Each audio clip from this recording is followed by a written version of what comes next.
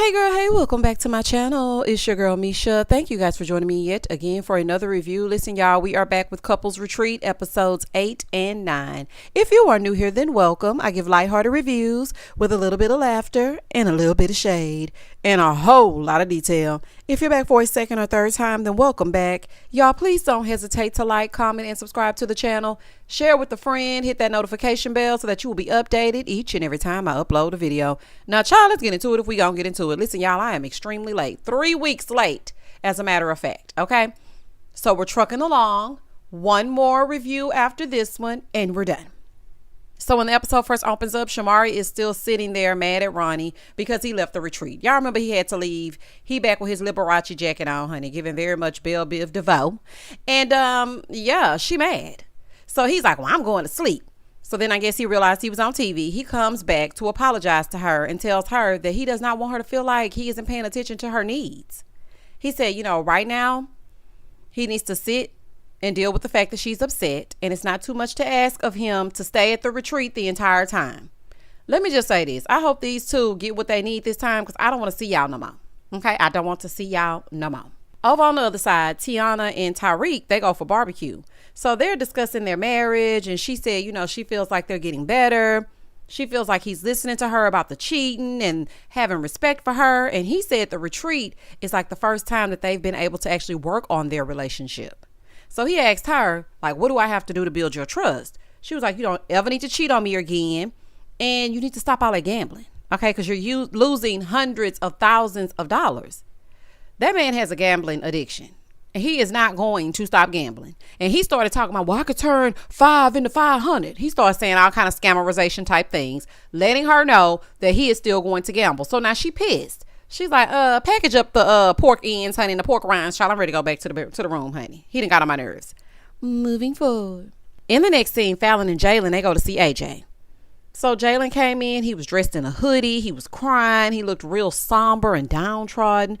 So Falyn starts speaking for him, saying that, you know, her sisters moved in and they're like 17 or something like that. And Jaylen wants to take care of them, but now he's stressed and he can't do it anymore. Of course not. Of course he can't do it anymore. He's not that much older than they are. Why is he taking care of your sister? Where's your parents, honey? Where are your parents? So he's crying because, unfortunately, the sisters may have to leave the house. And I'm just wondering if she has Simon taking care of her whole family. Because it seems like she puts a lot on Jaylen's shoulders. So he's taking care of her, the new baby, the 3 or 4 kids she had before him, the backlash from getting with her with this whole public thing between her and Simon. And now he's taking care of your sisters? Girl, okay. So he said he feels less masculine when he cannot take care of everybody. Jaylen is trying to prove his manhood. That's all this is. He is trying to prove to everybody that he's a man, that he's masculine. Jaylen, yes, providing for the family is great, but you don't have to prove something that's a given. Okay, you don't have to prove anything, and you're putting too much stress on yourself trying to prove your manhood to not only the world but to Falyn, because I don't think she really views him as a man. I really don't. So they address her being so upset about the whole joke that Tony Rock told. They went over that, and she feels like she needs to work on actually being the strong woman that she portrays. Jaylen is having a nervous breakdown. Okay, he is over there crying and everything. This relationship seems to be too stressful for him. This is not healthy. Boy, if you don't leave Falyn, where she at? In the next scene, all the couples meet up with AJ, and baby, she done came in here in her S&M gear, honey, giving dominatrix. I said, girl, what? And child, they in the sex dungeon. Candy. No, I'm just kidding. Child, don't y'all get a cease and desist down there in the sex dungeon. So her friend is teaching, and he's teaching these kinky sex moves. Listen, I don't mind learning. Okay, and I'm no prude by any means, honey, at all. But I'm not with all these moves and things with all the other couples around. AJ, you a little freak. Okay, you got a little freak in you. Coming down there with whips and chains and chokers on, honey, with little things sticking out of them, honey, little spikes. I said, oh, okay, AJ, okay. So her friend Ty, that's the one that's teaching the kinky moves. He is going to teach them how to touch each other. Touch my body. Shout out to Mariah. So Ronnie is for it, okay? He all for it. He said he's for it because he feels like he and Shamari have lost the foreplay. Yeah, Shamari know what she want, honey. She want a little something else to spice it up. And Ronnie, you ain't doing it. So they start doing these exercises. AJ is sprawled all out on the floor, being tied up with ropes and chains. And so Breezy is over there looking kind of crazy. She was like, yeah, I'm not going to be able to do the ropes. I want to keep some things to just us, and I don't want to do this in front of them other people. And I have to agree with her. I do not want to do the ropes, especially with all these other people and couples in here looking at me. Like, no. Some of them were putting on a show, though. They were really getting into it, honey. It's giving Kim and Ray J's tape vibes in this scene. Do you hear me? Shireen said that she doesn't want to do it because her kids are going to watch this. And I get that. I really do. Because nobody wants to turn on the TV and see their mom spread eagle. Absolutely not. Drop down and get your eagle on, girl. Child, nobody want to see it. Oh, honey, let me tell y'all something. I will pluck my eyeballs out, y'all. No way. So they all get back to the room after the little sex exercise. They get back to the room and Jaylen and Falyn, baby, they ready to get it in. Okay, she's like, ooh, Tony's waking up. Not Tony that's been helping the couples, the Tony attached to his body. Tony probably like, please leave me out of it, honey. Please find another name for that man's member, honey. I don't want nothing to do with it.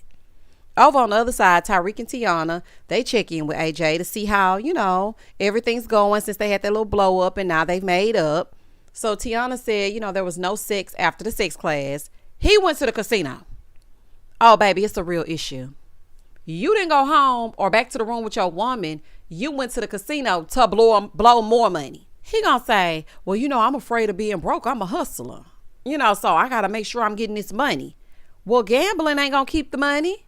You're not making no sense. The logic is not logicking. If I have money and I don't want to lose the money, the word gamble implies that I may not double this money. So therefore, and thus and such, there's a high percentage that I may lose it. So if you want to keep your money, keep it in your pocket and invest in other things. All that money that you are wasting at that casino, you could have been invested in land. Y'all could be buying properties. It just really kills me that when you have access to so many assets, you blow it. If I had liquid cash right now and I could put my hands on it, do y'all know that, baby, although I might be doing these reviews, honey, I'm not going to depend on them. I'm going to make sure that I leave something behind that will be, here for years to come, creating some generational wealth. Y'all are married and you down in the casino, honey. It's giving very much elementary school. Moving forward. So all the couples come together and Tony is back. Hey, sir. We done got rid of the dominatrix of it all. And AJ is asking them to hold a candle. So they're going to say what they wish and then they're going to blow out the candle together. So Jock said he wants Kendra to soften up a little bit and she wants more quality time from him. Tyreek said he wants to treat his wife right. And she said, she's going to let the past be the past and not ruin their future. And baby, that made him get emotional, honey, to know that she has his back and she's going to leave things in the past. Now, girl, it is easier said than done. I don't know how many times I used to say, okay, I'm going to leave it in the past. I'm going to leave it in the past. But something about it just always comes up. So hopefully y'all will be able to do it. Apollo said he hopes that he and Shireen can be the best friends again. And she said, oh, that's nice. Baby, she is not feeling Apollo, honey. Go away from her with this. She said she wishes their communication was better and they had more quality time together as well. Shamari says she wants more sex. And Ronnie feels like the flame is back. I don't know, honey. I don't know if it's back or not. So now that that's done, they have to feed each other chocolate. Honey, feeding each other chocolate covered strawberries, but they can't use their hands. Okay, this is going to help with their romantic side. And Child Apollo should be used to eating food with his hands. Okay. Y'all remember when Phaedra had him eating that pickle at that maternity shoot? I said, oh, honey, what is going on here? Honey, I ain't gonna never forget it. Anywho, that's neither here nor there. That's just a side note. So then they had to kiss like it was their last kiss ever. Now, all of these exercises are supposed to evoke some emotions and really make them feel something for each other. And I think everybody going to be getting it popping tonight, honey, because AJ going to ask when they get back together. Moving on to episode 9. When the episode first opens up, Kendra and Jaceel, they go out by the pool and they're talking about their marriage, right? And she says she wants to work on her irritability and taking accountability for her actions. Kendra, I'm so proud of you. I am so proud of you, girl. Listen, I didn't think you were going to be able to do it. You know how to get on my nerves, okay? And you know how to cuss Jaceel out.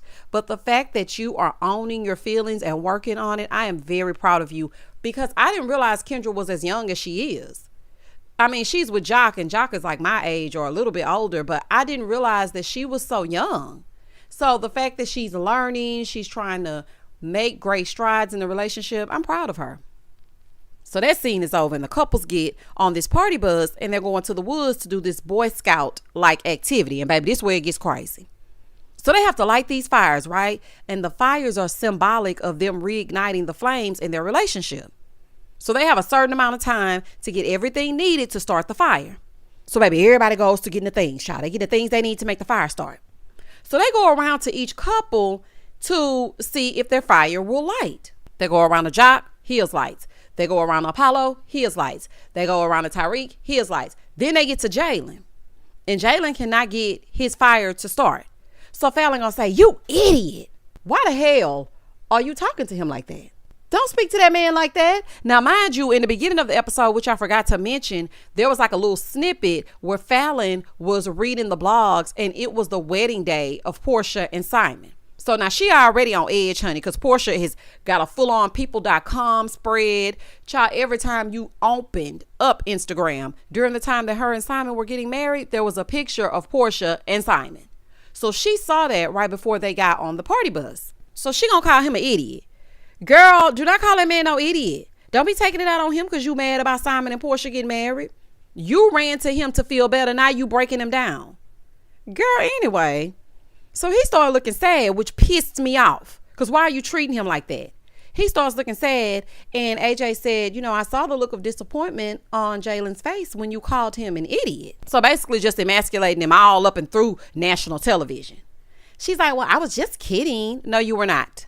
You meant every word you said. So Tony quickly checked her. He said, well, don't kid like that, because words have anchors.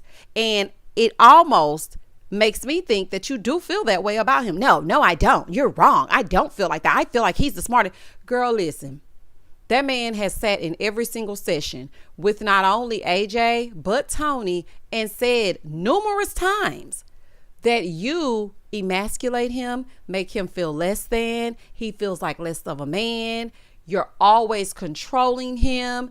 You manipulate him. You feel that way about him, and you ain't fooling me. So anywho, her little attitude, she's like, yeah, you're lying. I don't feel like that about him. I love him. Girl, anyway. So after that, even Jock had to tell her, look, you may be kidding, but to him, he internalizes it. Like, you can see it right here. So Jaylen was like, yeah, you know, I just realized that I didn't have a father to show me these things. And let me tell y'all something. This young man started breaking down, y'all. And at first I was like, Jaylen and Falyn, y'all shut up. This is when the season first started. But this scene right here, Tony and all the men ran over to embrace him. And Tony was like, can I just hug you, you know, man to man? And that brought tears to my eyes, because he is really trying so hard to prove himself. And here go Falyn embarrassing him. He does not deserve that. He is doing everything that you ask of him, and you ain't gonna be happy till you by your damn self. And I guess, you know, your wish is his command, because y'all are no longer together. And every time she gets in the confessional, it's all about her. I mean, he's not gonna marry me. I really need to stop. Because he's not gonna marry me. That's all you're concerned about. That's it. You're only concerned about Falyn. Girl, you should have just been quiet, honey, and not even did this show. You really should. I love the fact that all of them were hugging him, because I felt like he needed that. Girl, respect that man. You chose him.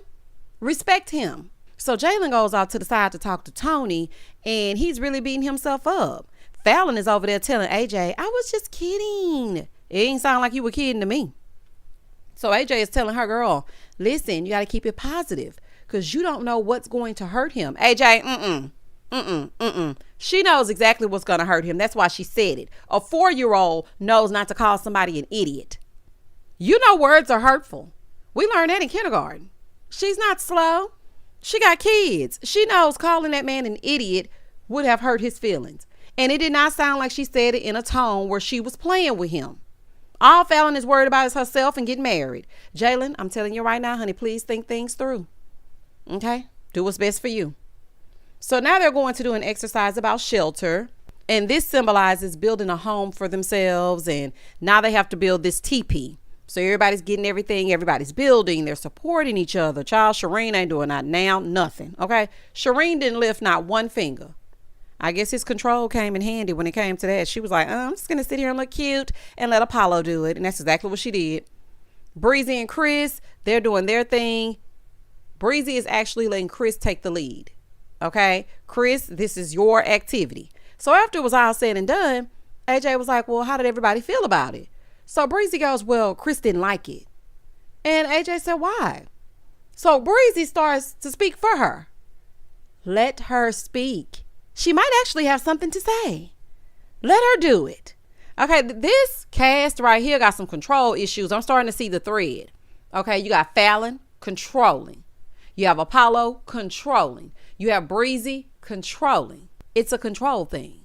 Now, Jock and Kendra, that's the cheatation of it all. Then you have Ronnie and Shamari.